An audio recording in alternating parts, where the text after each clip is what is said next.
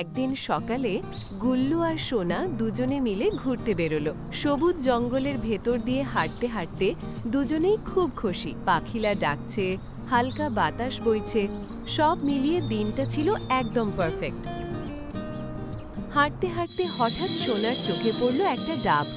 ডাবটা দেখে সোনার জিভে জল এসে গেল। গুল্লু সামনে এগিয়ে যাচ্ছিল, গুল্লু তখনও কিছুই খেয়াল করেনি। সে আপন মনে হাঁটতেই থাকল। কিছু দূর গিয়ে হঠাৎ থেমে গেল গুল্লু। পিছনে তাকিয়ে দেখে সোনা নেই।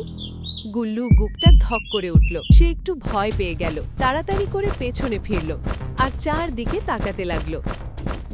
অন্যদিকে সোনা তখন গাছের নিচে বসে একা একা ডাব খাচ্ছে। সে এতটাই ব্যস্ত ছিল ডাব খেতে যে কিছুই খেয়াল করল না। হঠাৎ গাছের পেছন থেকে গুল্লু সব কিছু দেখে ফেলল। সে ধীরে ধীরে গাছের পেছন থেকে বেরিয়ে এলো। গুল্লুকে হঠাৎ দেখে সোনা খুব ভয় পেয়ে গেল।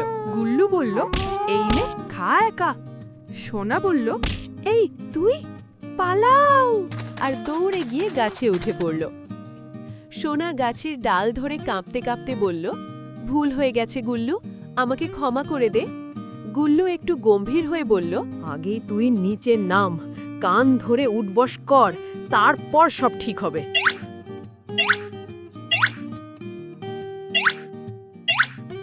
তারপর লজ্জা পাওয়া মুখে গুল্লুর দিকে তাকালো।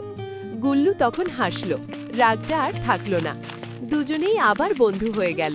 সেই দিন থেকে সোনা আর কখনো গুল্লুকে ছেড়ে একা কোথাও যায়নি। আর গুল্লুও সবসময় খেয়াল রাখত সোনা পাশে আছে তো। হেই বন্ধুরা, সাবস্ক্রাইব করে দিন আর সাথে বেলটাও বাজিয়ে দিন, নতুন মজা যেন মিস না হয়।